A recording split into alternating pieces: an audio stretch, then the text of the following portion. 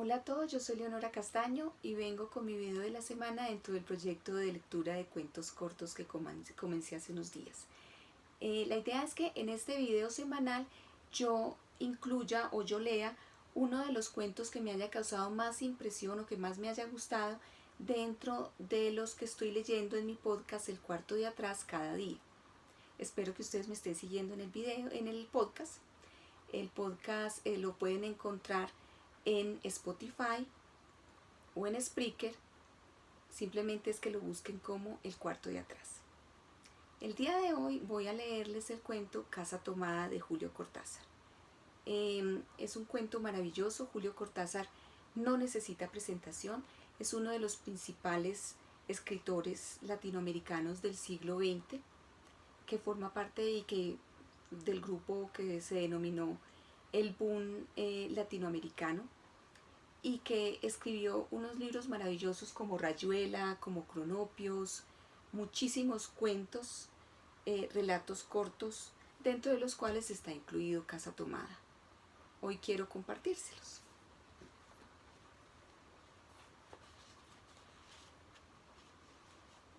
Casa Tomada. Nos gustaba la casa porque, aparte de espaciosa y antigua, hoy que las casas antiguas sucumben a las más ventajosas liquidación de sus materiales, guardaba los recuerdos de nuestros bisabuelos, el abuelo paterno, nuestros padres y toda la infancia. Nos habituamos Irene y yo a persistir solos en ella, lo que era una locura, pues en esa casa podían vivir 8 personas sin estorbarse. Hacíamos la limpieza por la mañana, levantándonos a las 7, y a eso de las 11 yo le dejaba a Irene las últimas habitaciones por repasar y me iba a la cocina. Almorzábamos a mediodía, siempre puntuales. Ya no quedaba nada por hacer fuera de unos pocos platos sucios. Nos resultaba grato almorzar pensando en la casa profunda y silenciosa y cómo nos bastábamos para mantenerla limpia. A veces llegamos a creer que era ella la que no nos dejó casarnos. Irene rechazó 2 pretendientes sin mayor motivo. Y a mí se me murió María Esther antes que llegáramos a comprometernos. Entramos en los 40 años con la inexpresada idea de que el nuestro, simple y silencioso matrimonio de hermanos, era necesaria clausura de la genealogía asentada por los bisabuelos en nuestra casa. Nos moriríamos allí algún día. Vagos y esquivos primos se quedarían con la casa y la echarían al suelo para enriquecerse con el terreno y los ladrillos. O mejor, nosotros mismos la voltearíamos justicieramente antes de que fuera demasiado tarde.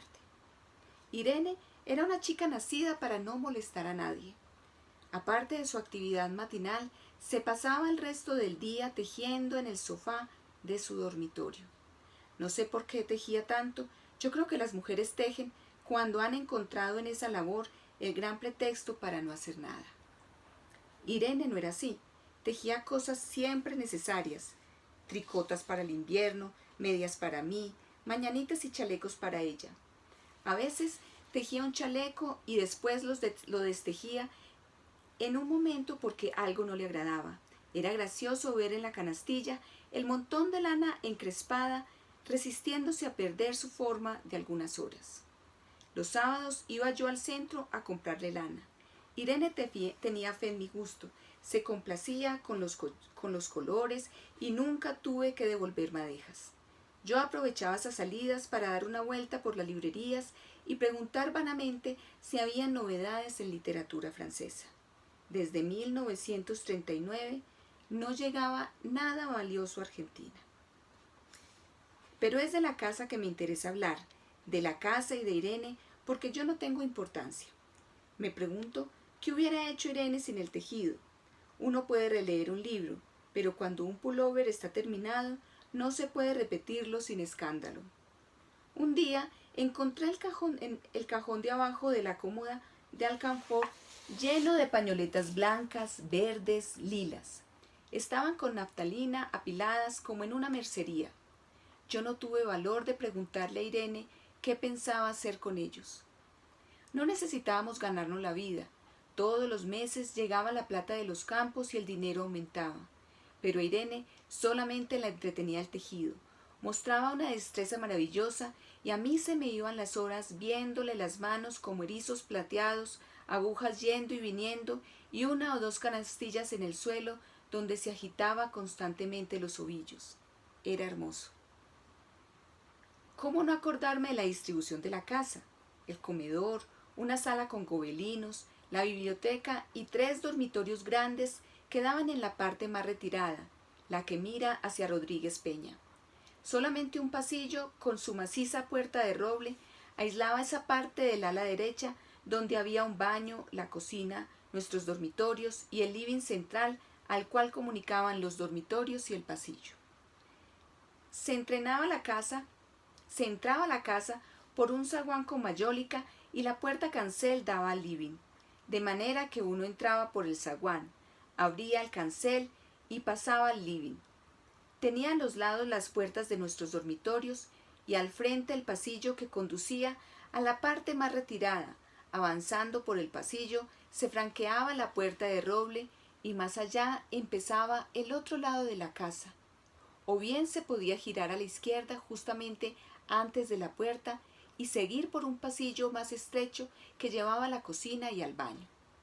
Cuando la puerta estaba abierta, advertía a uno que la casa era muy grande. Si no, daba la impresión de un departamento de los que se edifican ahora, apenas para moverse. Irene y yo vivíamos siempre en esa parte de la casa. Casi nunca íbamos más allá de la puerta de roble, salvo para hacer la limpieza, pues es increíble cómo se junta tierra en los muebles. Buenos Aires era una ciudad limpia, pero eso lo debe a sus habitantes y no a otra cosa. Hay demasiada tierra en el aire. Apenas sopla una ráfaga, se palpa el polvo en los mármoles de las consolas y entre los rombos de las carpetas de macramé. Da trabajo sacarlo bien con plumero, vuela y se suspende en el aire. Un momento después se deposita de nuevo en los muebles y los pianos. Lo recordaré siempre con claridad porque fue simple y sin circunstancias inútiles. Irene estaba tejiendo en su dormitorio. Eran las 8 de la noche y de repente se me ocurrió poner al fuego la pavita del mate. Fui por el pasillo hasta enfrentar la entornada puerta de roble y daba la vuelta al codo que llevaba a la cocina cuando escuché algo en el comedor o en la biblioteca. El sonido venía impreciso y sordo como un volcarse de sillas sobre la alfombra o un ahogado susurro de conversación. También lo oí al mismo tiempo o un segundo después en el fondo del pasillo que traía desde aquellas piezas hasta la puerta. Me tiré contra la puerta antes de que fuera demasiado tarde. La cerré de golpe apoyando el cuerpo. Felizmente la llave estaba puesta de nuestro lado y además corrí el gran cerrojo para más seguridad. Fui a la cocina, calenté la pavita y cuando estuve de vuelta con la bandeja del mate le dije a Irene: tuve que cerrar la puerta del pasillo. Han tomado la parte del fondo. Dejó caer el tejido y me miró con sus graves ojos cansados. ¿Estás seguro? Asentí. Entonces dijo recogiendo las agujas, tendremos que vivir en este lado. Yo cebaba el mate con mucho cuidado, pero ella tardó un rato en reanudar su labor. Me acuerdo que tejía un chaleco gris. A mí me gustaba ese chaleco. Los primeros días nos pareció penoso porque ambos habíamos dejado en la parte tomada muchas cosas que queríamos. Mis libros de literatura francesa, por ejemplo, estaban todos en la biblioteca. Irene extrañaba unas carpetas, un par de pantuflas que tanto la abrigaban en invierno. Yo sentía mi pipa de enebro y creo que Irene pensó en una botella de jespirina de muchos años. Con frecuencia, pero esto solamente sucedió los primeros días, cerrábamos algún cajón de las cómodas y nos mirábamos con tristeza. No está aquí. Pero también tenía ventajas. La limpieza de la casa se simplificó tanto que aún levantándonos tardísimo, a las 9:30 por ejemplo, no daban las 11 y ya estábamos de brazos cruzados. Irene se acostumbró a ir conmigo a la cocina y a ayudarme a preparar el almuerzo. Lo pensamos bien y se decidió esto mientras yo preparaba el almuerzo. Irene cocinaría platos para comer fríos de noche. Nos alegramos porque siempre resultó molesto tener que abandonar los dormitorios al atardecer y ponerse a cocinar. Ahora nos bastaba con la mesa en el dormitorio de Irene y las fuentes de comida fiambre. Irene estaba contenta porque le quedaba más tiempo para tejer. Yo andaba un poco perdido a causa de los libros, pero por no afligir a mi hermana, me puse a revisar la colección de estampillas de papá, y eso me sirvió para matar el tiempo. Nos divertíamos mucho cada uno en sus cosas, casi siempre reunidos en el dormitorio de Irene, que era más cómodo. A veces Irene decía: «Fíjate este punto que se me ha ocurrido. ¿No da un dibujo de trébol?». Un rato después era yo que le ponía ante los ojos un cuadradito de papel para que viese el mérito de algún sello de Eupen y Malmedy. Estábamos bien y poco a poco empezábamos a no pensar. Se puede vivir sin pensar. Cuando Irene soñaba en voz alta, yo me desvelaba enseguida. Nunca pude habituarme a esa voz de estatua o de papagayo, voz que viene de los sueños y no de la garganta. Irene decía que mis sueños consistían en grandes sacudones que a veces hacían caer el cobertor. Nuestros dormitorios tenían el living de por medio, pero de noche se escuchaba cualquier cosa en la casa. Nos oíamos respirar, toser, presentíamos el ademán que conduce a la llave del velador, los mutuos y frecuentes insomnios. Fuera de eso, todo estaba callado en la casa. De día eran los rumores domésticos, el roce metálico de las agujas de tejer, un crujido al pasar las hojas del álbum filatélico, la puerta de roble, como creo haberlo dicho, era maciza. En la cocina y el baño que quedaban, tocando la parte tomada, nos poníamos a hablar en voz más alta o Irene cantaba canciones de cuna. En una cocina hay demasiado ruido de loza y vidrios para que otros ruidos irrumpan en ella. Muy pocas veces permitíamos allí el silencio, pero cuando tornábamos a los dormitorios y al living, entonces la casa se ponía callada y a media luz. Hasta pasábamos más despacio para no molestarlos. Yo creo que era por eso que de noche, cuando Irene empezaba a soñar en voz alta, me desvelaba enseguida. Es casi repetir lo mismo, salvo las consecuencias. De noche siento sed, y antes de acostarnos le dije a Irene que iba a buscar hasta la cocina a servirme un vaso de agua. Desde la puerta del dormitorio ella tejía, oí ruido en la cocina, tal vez en la cocina o tal vez en el baño, porque el codo del pasillo apagaba el sonido. A Irene le llamó la atención mi brusca manera de detenerme, y vino a mi lado sin decir palabra. Nos quedamos escuchando los ruidos, notando claramente que eran de ese lado de la puerta de roble, en la cocina y el baño, o en el pasillo mismo donde empezaba el codo, casi al lado nuestro.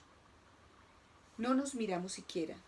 Apreté el brazo de Irene y la hice correr conmigo hasta la puerta cancel sin volvernos hacia atrás. Los ruidos se oían más fuerte, pero siempre sordos a espaldas nuestras. Cerré de un golpe la cancel y nos quedamos en el zaguán. Ahora no se oía nada. «Han tomado esta parte», dijo Irene. El tejido le colgaba de las manos y las hebras iban hasta la cancel y se perdían debajo. Cuando vio que los ovillos habían quedado del otro lado, soltó el tejido sin mirarlo. «¿Tuviste tiempo de traer alguna cosa?», le pregunté inútilmente. «No, nada». Estábamos con lo puesto. Me acordé de los 15,000 pesos en el armario de mi dormitorio. Ya era tarde ahora. Como me quedaba el reloj de pulsera, vi que eran las 11 de la noche. Rodeé con mi brazo la cintura de Irene, yo creo que estaba llorando, y salimos hacia la calle. Antes de alejarnos tuve lástima. Cerré bien la puerta de entrada y tiré la llave a la alcantarilla. No fuese que a algún pobre diablo se le ocurriera robar y se metiera en la casa a esa hora y con la casa tomada. Y hasta aquí el cuento. Soy Leonora Castaño y les envío un abrazo.